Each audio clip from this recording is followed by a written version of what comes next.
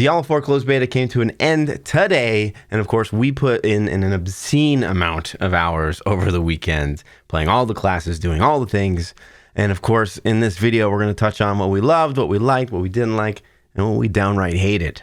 So let's not waste any time, it's going to go fast. Let's get into it. So of course we leveled every single class to level 25. I ended up spending the majority of my time on a rogue and really min-maxing that particular rogue's statistics and building a poison build the best way I could see fit. So even though there wasn't exactly end game to participate in, we farmed as best we could and really just min-maxed one character to have a good feel for what the closed beta had to offer. I want to quickly caveat here, if you are looking for a sort of a review on the story and the voice acting, the character customization, I'm not your guy. I don't care about any of those things. Skip right over them. As far as I know, they're okay. But to start this out, I want to start with the positive things that we took away from the closed beta test. First up, I'll quickly touch on graphics. I think this game looks great. I think it's really embraced that Diablo 2 dark style. Again, graphics aren't crazy important to me. I played a lot of Path of Exile. Path of Exile historically hasn't had the best graphics. Diablo 3 has, basically Fortnite graphics for an ARPG. So really gameplay comes first for me, but overall I thought the graphics were fantastic and that's just a plus. But getting into the actual nitty gritty of what I did like about the game, I really enjoyed the open world aspect. I love walking around and sort of discovering new areas and picking up side quests and doing the main story quests. Doing the random zone events were fun, strongholds were fun. Doing all that stuff, the little details about all the things you could do in the open world were pretty impressive, and I did enjoy them. What I also enjoyed about the open world is that it scaled, and I know this is a bit of a controversial subject. Some people want to feel more powerful and compared to other players once they reach, say they were level 30 and they got some really good legendaries and their damage is popping off. They want to run into a level 5 and be determinately more powerful than that player. But with world scaling, it doesn't really matter how strong you are or what level you are. If you guys are fighting mobs, you're basically doing the same kind of damage. And I personally don't really care if another player views me as a god or not. I think it's great that the world scales, not only so that there's always going to be a decent population. So for stuff like world bosses where you need a lot of players, I think that will be a pretty positive thing overall. And for stuff like world events or whatever, where you just need bodies there doing damage, I think that's a great thing. But one of the best things I think about world scaling is the fact that you're never really going to feel like you're wasting your time. I definitely dislike in past MMOs that I've played where I am level 50 and, the grind is to become the max level as fast as you can in some of these games. And so it's never in your best interest in these games to stay in an area where you've out-leveled it because you're just not getting good XP, you're not getting good gear. And furthermore, when you play with your friends, maybe your friends aren't as hardcore as you, which, that's definitely been the case for me my whole life. When you're playing with them, you're just kind of one-shotting all the mobs and they're just following you around picking up loot, and that's just not fun for anybody. So I do love the idea of world scaling, the idea that you can go back and explore any area and you're not putting yourself at any kind of loot penalty or XP penalty. I do like that a lot. What I also think is really cool about this particular system is, my leveling experience is going to look completely different than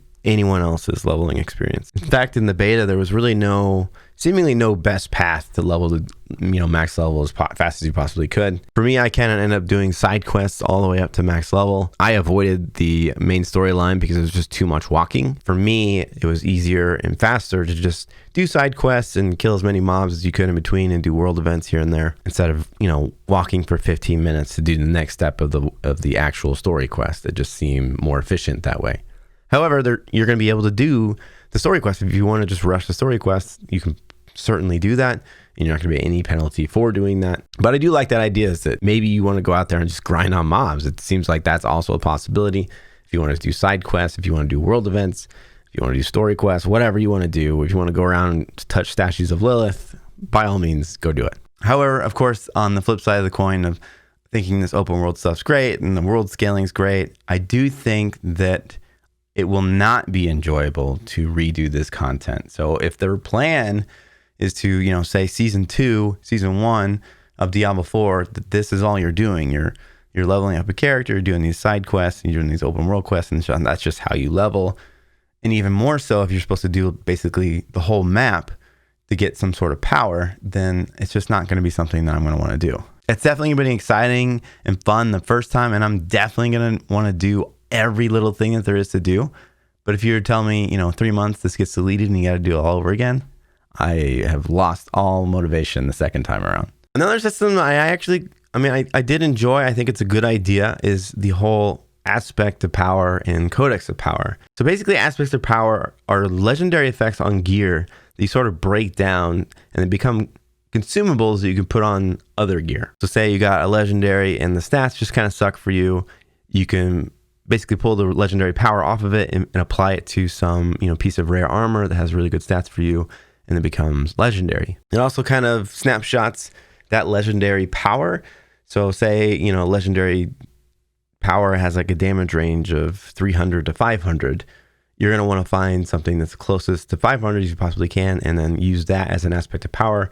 And so when you put that onto the rare, it's nearly perfect. And that's where the codex of power kind of comes into play. It is the lowest possible rare of that legendary aspect. So say something could roll 20% to 50%, the codex of power is always going to be 20%.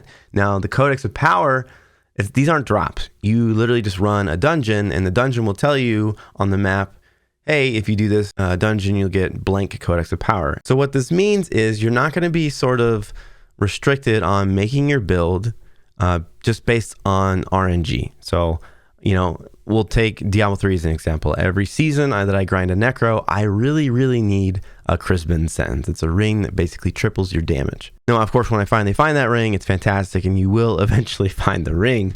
But you can find it within the first couple hundred Paragon, or you can find it, Paragon 1000, and you're really, really just not having an efficient time. So what this does is Codex of Power it just takes away that complete and total RNG of putting the build together that you really want to play, which I think is great. So let's just say, for example, you're playing Diablo 4, you hit max level, you don't have all the legendary effects you want. You look at the world map, you're like, I want this one, this one, this one. You go run those dungeons, and at the very least, you have a build that you've kind of put together. It might not be that strong, but you're kicking off in first gear. The other thing I kind of enjoyed about the aspect of power is it's not equal across the board. So say you had an effect on a ring that you really, really liked, and you kind of planned your build around that particular legendary effect. Well, ideally, you're going to want to tear off that power from your ring at a perfect roll and put it on maybe maybe if you're a rogue, you want to put it on a bow, because on a bow, it's going to get 200% increased power of that normal effect that it would have on your ring,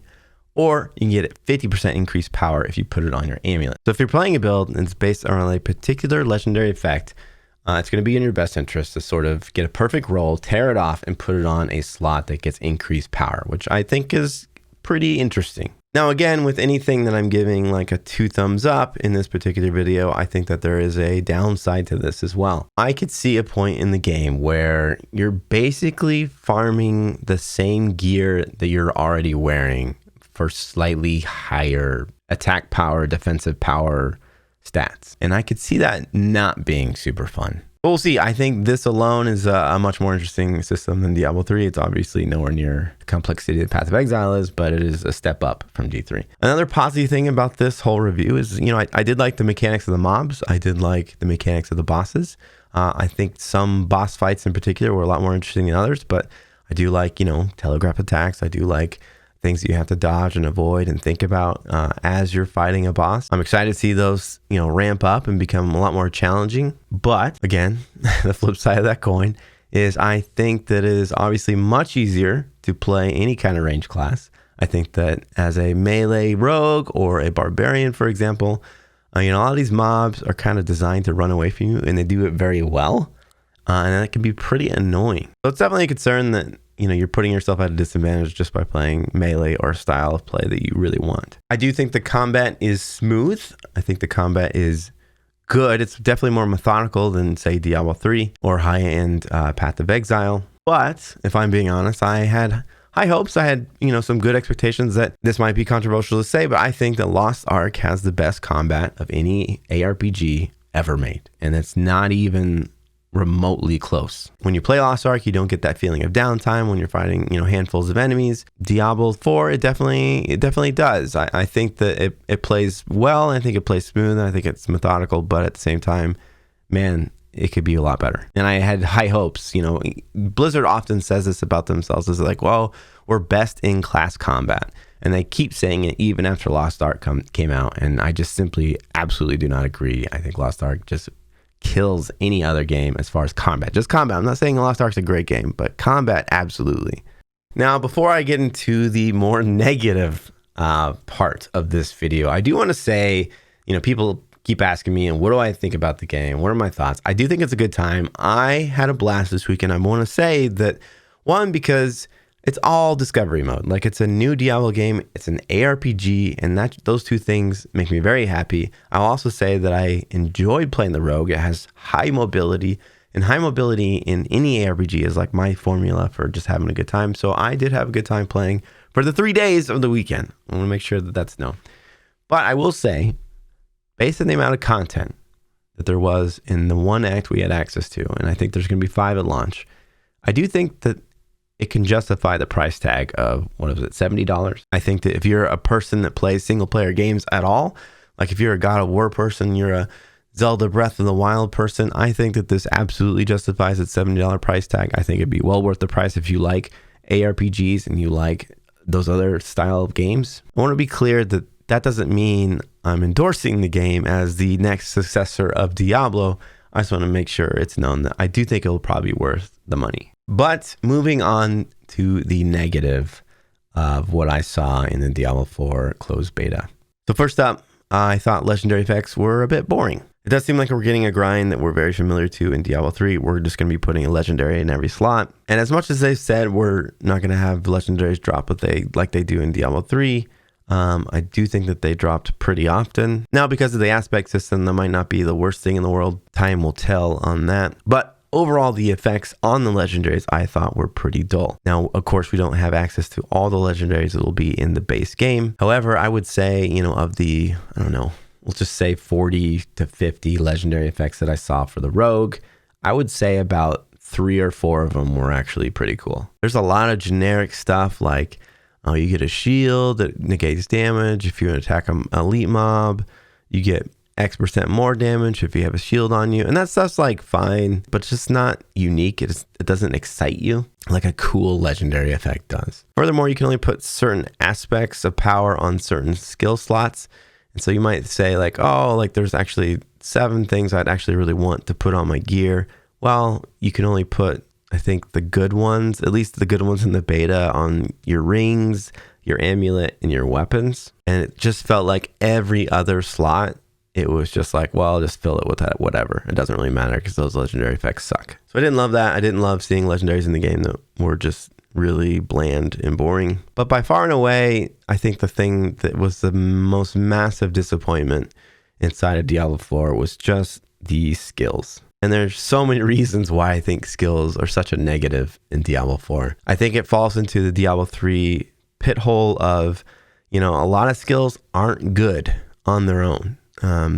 When you level and you don't have any legendary effects, there are skills that are definitely just best, right? Later on, when you get some legendary effects, yeah, you might be able to switch and those start to shine. But most skills without legendary effect are just outclassed by others. I also think the basic skills are kind of just a joke. Like whatever you put on your left click at the end of the day, all the options just felt so lackluster. And when you're using them, it just doesn't feel good. It's not a skill twig anymore, but it is, as we've touched on in many previous videos, it is the illusion of choice. Overall, we collectively have even less options than we did in Diablo 3. And again, I don't think it's good to go backwards ever. So just the sheer selection of skills was so low, it was almost laughable. And then the rune choices, I'll say runes because I'm thinking Diablo 3, but the 2 branches of the skill that you have to choose from, a lot of times, neither of them are that interesting. And they're definitely not exciting. And they're not something you're like, man, I can't wait to get 2 more levels so I can get this crazy thing. I think there needs to be like 6 to 10 branches per skill. More so, there just needs to be more skills. I think that with the game as it is, build variety is going to be kind of laughable. I think that maybe best case scenario, we'll see just like a couple builds at the end game that are really sort of impressive per class. But to make things worse, to make things so much worse, is that so many of these abilities are just copy pasted from Diablo 3. That might not be a big deal because obviously they're going to reach a ton of players that they never reached before with Diablo 4. There's no doubt in my mind that it'll be a very successful game at launch. For those of us long-term fans that have played a lot of Diablo 3, maybe even a lot of Diablo 2, man, does it feel boring. I cannot even emphasize enough. Playing the Barbarian, I think the Barbarian maybe had one skill that I hadn't seen before, but every other skill was just, they renamed it, just gave it maybe like a new effect or whatever, but it's basically just from Diablo 3.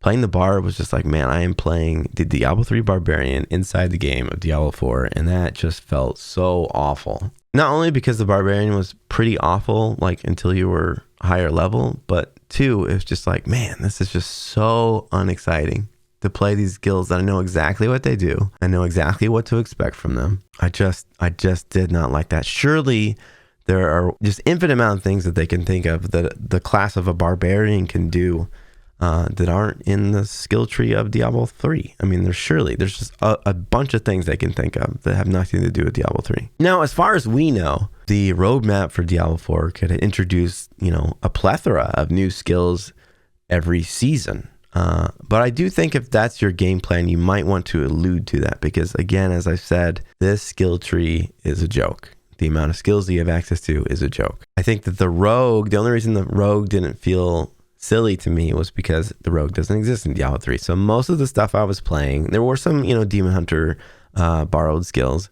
But overall, it felt fairly fresh because nothing like that existed in Diablo 3.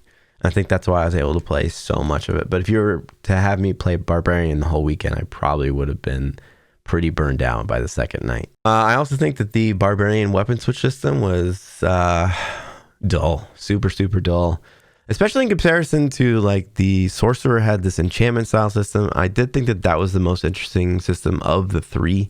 They basically got these passive effects and they were unique to every skill that they could use the passive effect on.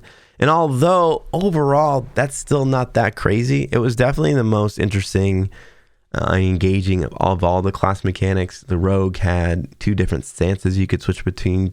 One that could give you like infinite essence, which was actually really good on single target fights. And the other one was like a combo system that you see from like World of Warcraft. And neither of those are that bad, but it wasn't like, wow, this is awesome. I will say overall, my biggest complaint with Barb is this is just copy pasting from D3. I thought the Rogue was good. I thought the mobility was fantastic. And I think that was the saving grace for the Rogue for me. There was like at least 3 mobility skills and they're all pretty fun to use. The Sorcerer felt insanely strong, probably overly strong compared to other classes. Honestly, my big complaint about the Sorcerer is it just felt like just using whatever skill you want, which isn't necessarily a bad thing, but it just seems like maybe as a Sorcerer you should focus on fire or cold or lightning damage, and like that's your theme.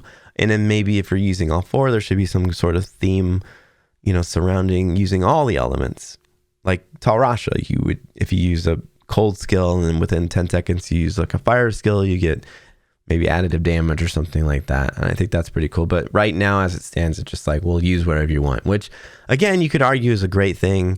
But for me, it's just like, well, I don't know. I just expect them to specialize. Those are the big things I kind of wanted to touch on. Overall, again, I did have a good time playing all weekend. I obviously do have a big problem with the skills and the amount of skills you have being so abysmal. I do also have that same concern for Barbarian going into this coming weekend for the Necromancer.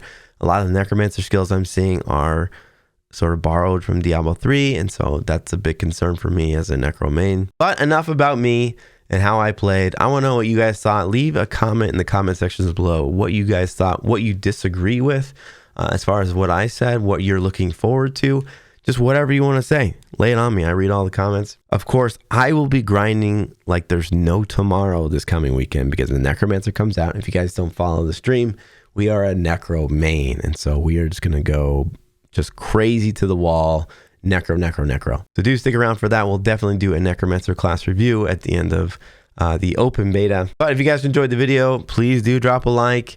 Follow me on Twitter. Follow me on Instagram. We love you guys. Until next time, peace out.